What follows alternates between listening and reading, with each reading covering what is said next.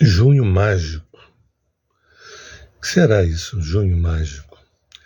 Pois é, esse é um mês interessante, que a gente vai ter duas energias muito contrastantes no início do mês até meados de junho e do meio para o fim.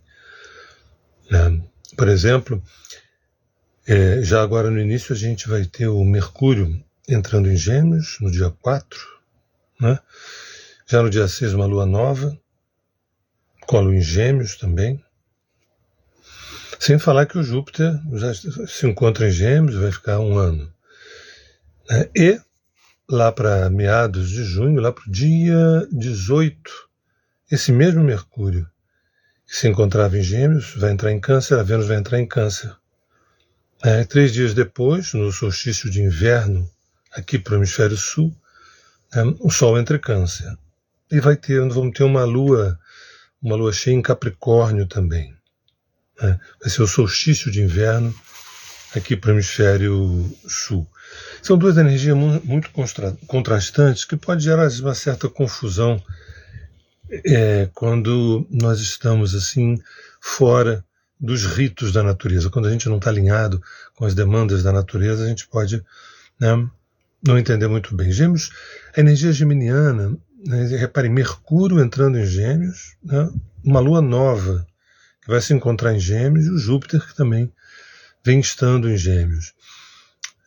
Isso é acesso a instâncias do profano e do sagrado, ao mundo dual, ao mundo polar. É o acesso a instâncias mais superficiais, periféricas, divertidas, de curiosidade, de perscrutar, de buscar, de querer conhecer, de querer saber, de querer experimentar, experienciar. Reparem que essas energias são energias que estão no céu e ao mesmo tempo estão dentro da psique humana. Pelo menos é assim que a arqueoastrologia vê os planetas como pulsões psíquicas. Então, apesar da gente estar no outono e se dirigindo para o inverno, que é uma experiência introspectiva, a gente está com esse aspecto geminiano, que é um aspecto de como se houvesse uma expansão dentro da contração. A contração do outono que se agrava no inverno, mas ao mesmo tempo uma energia geminiana, que é dessa curiosidade em fustigar, em querer conhecer, em querer perceber. Então, viagens, aprendizados, determinadas intuições, determinadas sacações. É muito interessante porque quando a gente pensa, por exemplo, no oposto polar, que é Sagitário, e que a gente fala do aspecto da filosofia no Sagitário, a filosofia começa sempre com uma curiosidade, com um aspecto de curiosidade, que é um aspecto de Gêmeos. E na medida que isso vai aprofundando, se transforma em Sagitário, que já é um lado mais profundo. Por exemplo, essa lua nova, ela vai potencializar esse aspecto geminiano, que é um aspecto mais raso, mais leve, mais agradável, mais suave, mais divertido, preparando um mergulho logo em seguida no solstício de inverno aqui no hemisfério sul, que é um aspecto bem denso, bem profundo, de uma vacuidade, de um vazio. E o que precede esse solstício, aqui no dia 18, é esse próprio Mercúrio, que rege Gêmeos, entrando em Câncer, e a Vênus também entrando em Câncer. E logo em seguida o Sol entra em Câncer e vai encontrar essa lua cheia com a lua em Capricórnio. É um mês, eu acho, mágico, é um mês mágico, onde a gente vai ter um aspecto Yang nesse início, e logo em seguida um aspecto Yin, e aprofundamento desse Yin, desse feminino, quer dizer, uma energia masculina que se transforma numa energia feminina, que é maravilhoso para meditação, para introspecção, para a gente poder acessar certas instâncias da psique mais profundas, certas intuições. O silêncio vai ser aprofundado. Reparem, aqui no hemisfério sul, como é que a natureza se porta, como é que os animais se portam, mais silenciosos, cada vez o dia ficando mais escuro, cada vez a noite se aproximando mais, cada vez os dias menores. Isso é um convite para que a gente nutra esse aspecto feminino nosso, esse aspecto receptivo, do repouso. Em tese, quando a gente trabalha com a medicina chinesa, a gente está aprofundando um aspecto de repouso, de calma, né, de tranquilidade e serenidade. É evidente que nós, no Ocidente, a gente atravessa problemas crônicos de a gente não dançar conforme as estações, da gente não dançar conforme a luz de cada dia ou de cada sazonalidade. Não. A gente tem que fazer o que tem que fazer, não importa a estação, não importa se está sol ou chuva, é compreensível, mas também, assim como a gente criou esse tipo de mundo, a gente também pode criar um outro. Um mundo dentro de outro mundo, né? Essa energia, por exemplo, mágica do mês de junho, fala disso. A construção de um mundo dentro de um outro mundo. Quer dizer, um mundo expansivo geminiano dentro de um mundo introvertido, que é o outono, aprofundando essa introversão no solstício de inverno, dia 21 de junho. Né? E por mais que a gente não esteja preocupado com nada disso, que a gente não pense em nada disso, o nosso inconsciente, a nossa psique, o nosso corpo, a nossa biologia, os nossos fluidos internos, eles estão totalmente ligados. Né? E muitas vezes através dos sonhos. Os sonhos a gente percebe que está tendo alguma narrativa da natureza, do natural, em nós, embora a gente possa estar um pouquinho desligado, olhando para um lado, distraídos, como sempre. Então, é um mês mágico. Não se surpreendam se alguns pequenos milagres acontecerem. Né? Claro que é bom fazer sempre um parênteses, é bom sempre fazer um parênteses. Quando a gente fala de uma forma genérica, olha, o Gêmeos está muito forte, o Mercúrio está em Gêmeos, vai ter uma lua nova em Gêmeos, depois a Vênus vai entrar em Câncer, Mercúrio em Câncer. A gente está falando de uma forma genérica, onde pessoas mais, digamos, com algum detox emocional, pessoas com algum detox psicológico, vamos dizer assim, elas sentem esse convite da natureza, o convite da noite, o convite do dia, o convite das temperaturas. As temperaturas vão ficando mais amenas. Isso remete a reflexões diferenciadas, a escolhas diferenciadas, ainda que a gente não perceba, né? Mas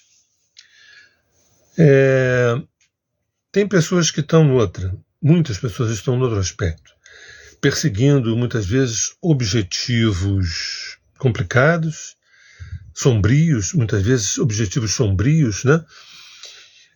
E que não está nem aí se o Sol está aqui, o Mercúrio está ali, a Vênus está acolá, e você também não percebe que estão, digamos, desrespeitando fluxos da natureza. Então, quando eu falo é um junho mágico, claro que não é para todo mundo. Deveria ser, mas não é para todo mundo. Né? Até porque também, no hemisfério norte, há uma inversão da história. Ainda que seja Gêmeos, ainda que seja Câncer, mas lá está começando em junho o solstício de verão, que é um outro departamento. Eu estou me dirigindo aqui muito mais para o solstício de inverno, que é o povo majoritariamente do hemisfério sul. Né? Mas muita gente não está na rota de colisão desses milagres, desse plano mágico, que é você... Repara bem que a energia geminiana rege um pouco o aspecto nômade, da ciganagem dentro de nós. Esse aspecto nômade que faz com que a gente tenha interesse em conhecer um pouco mais, em explorar um pouco mais, em abrir um pouco mais, ainda que não seja o tempo ou o território do aprofundamento. Né? Mas não importa. Nem tudo precisa ser aprofundado. Gêmeos, a função de Gêmeos é abrir, é fustigar, é tocar, é provar, é querer saber, é querer conhecer. Depois, se eu escolho isso ou aquilo, deixo para cargo de Sagitário, a cargo de Escorpião, né, a cargo de Peixe, fazer um aprofundamento maior. Embora Câncer, logo vizinho de Gêmeos, né, ele também queira trazer todo um aspecto emocional, todo um aspecto subjetivo para poder criar vínculos com aquilo que foi descoberto. Então é um mês, quando eu falo junho mágico, tem um aspecto de descobertas, né, de surpresas, né, e, quem sabe, um desejo também de enraizamento, porque é um mês de abertura e de enraizamento. É um aspecto nômade e um aspecto gregário. né, muito forte. E, né, vocês reparem que em Câncer tem todo um outro... a partir do dia 18, né, quando o Mercúrio já entra em Câncer, a Vênus entra em Câncer, em 21 o Sol entra em Câncer, já o convite é outro. O convite é para a gente baixar um pouco a bola, se preparar para esse tempo de introspecção, de mergulho das emoções, dos sentimentos, né, de um silêncio maior, de um mergulho maior naquilo que foi capturado, naquilo que foi visto, naquilo que foi investigado. Né? A gente vai ter, nesse mês de junho, uma espécie de exemplo entre o masculino e o feminino dentro de um outono que declina na direção do inverno. Né? E o que significa isso? Já foi dito, mas eu posso repetir, né? O que significa isso? É esse aspecto de androgenia também dentro da gente, esse aspecto do masculino e feminino dentro de nós. Né? Essa pulsão de Mercúrio em Gêmeos, logo em seguida entra Mercúrio em Câncer. Dizem as más línguas que Mercúrio não gosta de estar em Câncer, porque Câncer é muito gregário, é muita emoção, é muito sentimento, às vezes é muito parado para Gêmeos. Né? Mas existem 12 arquétipos, né, pelos quais os 10 planetas têm obrigação de passar uma revista em cada um deles. E nem sempre um planeta está confortável naquele determinado arquétipo, naquele determinado signo, mas não importa. A função da nossa psique, né, a busca desse despertar, dessa iluminação, desse encontro com a unidade, dessa experiência com a unidade, é viver toda essa palheta. Né? Porque a Mercúrio gosta de estar em Capricórnio, não, Mercúrio gosta de estar, por exemplo, em signos de ar, onde tem as inteligências, né? Mercúrio em Gêmeos, Mercúrio em Libra, Mercúrio em Aquário, onde tem essas inteligências, esse movimento, esse dinamismo, essa criatividade mental, ao mesmo tempo, como na vida tem um jogo de luz e sombra, a gente vê também a sombra dessa função do pensamento, gerando ansiedade, extrema ansiedade para muitas pessoas, né, que ficam ligadas, plugadas o tempo inteiro. Sempre lembro que esse é um mês onde o outono está se aproximando do inverno. E, em tese, a gente deveria estar diminuindo os decibéis dos nossos neurônios. Ou seja, me refiro a gente ir repousando um pouco mais, até a nível de alimentação. Até em nível de alimentação, é uma alimentação que pudesse dar uma sustância maior para o rim, por exemplo, né? Que a gente está caminhando agora para o inverno, que um órgão de choque é o rim. Né? Por exemplo, o órgão de choque no outono é o pulmão. Então, tudo isso não são teorias, tudo isso são observações da nossa manifestação humana no mundo, e na relação com as estações, na relação com a natureza, que somos nós a natureza. Então, quando eu falo junho mágico, verdadeiramente, pelo que está na agenda da psique coletiva, é um mês mágico. Sempre lembro, e vou repetir pela enésima vez, é mágico para muita gente. E não será mágico para muita gente. Porque aí tem vários aspectos. O trânsito pessoal de fulano, de Beltrano, qual é a revolução solar que fulano está passando, que trânsitos e progressões secundárias a pessoa está passando. Não só isso, que dívidas kármicas a pessoa está tentando quitar naquele período. Então, tem pessoas que estão num sufoco gigantesco, envoltos na sobrevivência material, envoltos na sobrevivência de catástrofes climáticas, envoltos na sobrevivência de guerra, nesse mesmo céu. Né? Então, mas aí não vai ter magia. Esse céu é para todo mundo. O usufruto é muito particular. O usufruto é de cada um.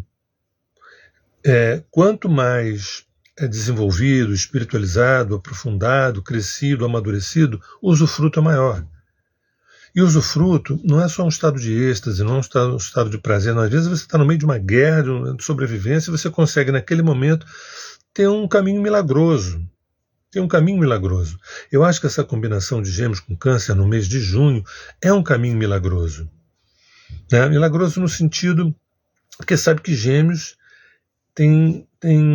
é um mago. No tarô tem a ver com a carta 1, mago. Tem a habilidade de mexer com os 4 elementos, de mexer com a criatividade, e Câncer de pegar isso, enraizar e fazer com que isso brote logo na frente. Então, é um mês especial. É um mês especial. Já seria especialíssimo com o solstício, tanto no inverno aqui quanto no hemisfério norte, o solstício de verão, né? Solstícios são datas absolutamente importantes porque são portais de acesso a dimensões de consciência diferenciadas, assim como os equinócios também. Então o mês de junho já seria diferenciado. É um mês angular, vamos dizer assim, né? Mas quando traz energias tão contrastantes, é como se você tivesse tudo nesse mês. Você tem o aspecto dinâmico do Yang, do masculino, que é Mercúrio em Gêmeos, por exemplo, né? Uma lua nova, que é a lua onde começa um novo ciclo em Gêmeos, um Júpiter também em Gêmeos, que vai prosseguir aí durante um ano, e logo em seguida, esse mesmo Mercúrio entra em Câncer, a Vênus entra em Câncer, o Sol vai entrar em Câncer e a Lua vai fazer uma oposição ao Sol em Capricórnio. São duas energias. É como se vocês convivessem, ou nós convivêssemos, com os jardins geminianos e as florestas e os bosques cancerianos. Sabe, você está fazendo passeio, imagino a psique coletiva nos convidando a gente fazer um passeio, e primeiro a gente vai nos jardins, a gente vê as margaridas, as azaleias, as tulipas, a gente vê os buganvílias, e a gente se encanta, e a gente, na medida que a gente vai adentrando o mês,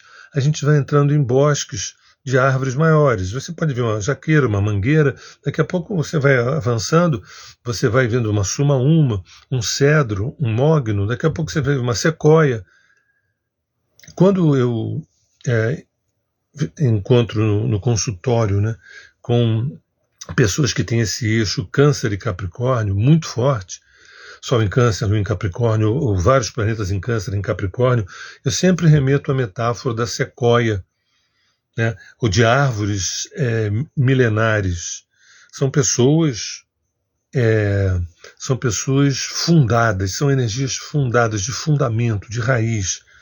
Lembro nesse momento a fala do Jung, quando se referia à copa de uma árvore maravilhosa com raízes muito profundas. É como se as raízes fossem uma copa no inconsciente e a copa de cima fosse a copa do consciente. Quanto mais florada e quanto mais frutos, é porque as raízes estão muito férteis, abertas lá embaixo. Isso é energia canceriana, né? E repare então esse mês é uma mistura de um jardim leve, agradável, florido, com um bosque. E lembrando que um jardim entra muito mais luz do que numa floresta fechada, do que um bosque fechado, né? E ali a gente olha, cuidado, ali que tem monstros, tem figuras, tem quimeras, tem figuras complexas, né? Tem a sombra, a nossa sombra, né? Via de regra, a energia jovial geminiana está passeando pelo bosque, que nem o Chapeuzinho Vermelho, né?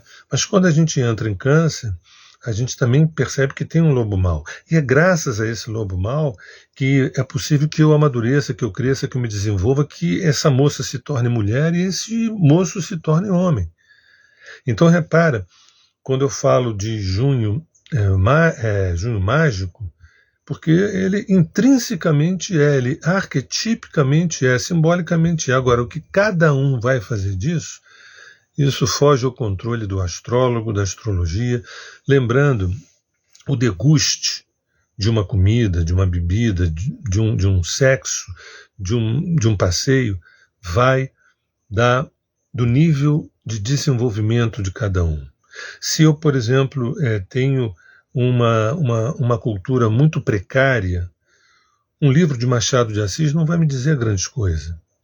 Mas se eu tenho uma abertura literária bastante grande, que eu me deparo com um livro de Machado de Assis, do Guimarães Rosa, eu falo, gente, isso muda, isso me transforma, né? Do que eu quero dizer? Parece óbvio tudo isso, né? Não, mas o que eu quero dizer? Não tem astrologia, não existe astrologia que diz assim, agora é o seguinte, o mês é assim, assado, cozido, é isso que vai acontecer. São 8 bilhões de pessoas.